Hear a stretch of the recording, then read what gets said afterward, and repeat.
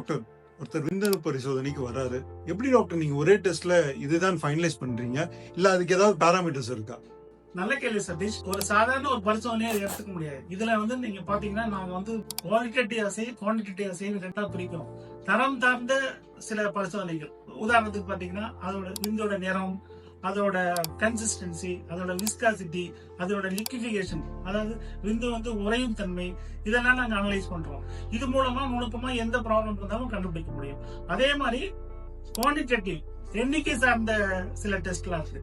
எண்ணிக்கை சார்ந்த டெஸ்ட் பாத்தீங்கன்னா வால்யூம், எத்தனை எம்எல் கொடுக்குறாரு, அந்த எம்எல்ல எத்தனை அணுக்கள் இருக்கு, கவுண்ட், அதுல எவ்வளவு மொட்டிலிட்டி இருக்கு, அந்த விந்தணுக்களோட வேகம் எப்படி இருக்கு, அந்த வேகத்துல ப்ரோக்ரசிவ் மொட்டிலிட்டி, முன்தோக்கி போற வேகம் எவ்வளவு இருக்கு அப்படின்றத நுணுக்கமா நம்ம கண்டுபிடிக்கணும். அதே மாதிரி அந்த விந்தனோட அமைப்பு எப்படி இருக்கு, அந்த அமைப்பு, இது மாதிரி நிறைய பேராமீட்டர்ஸ் இருக்கு.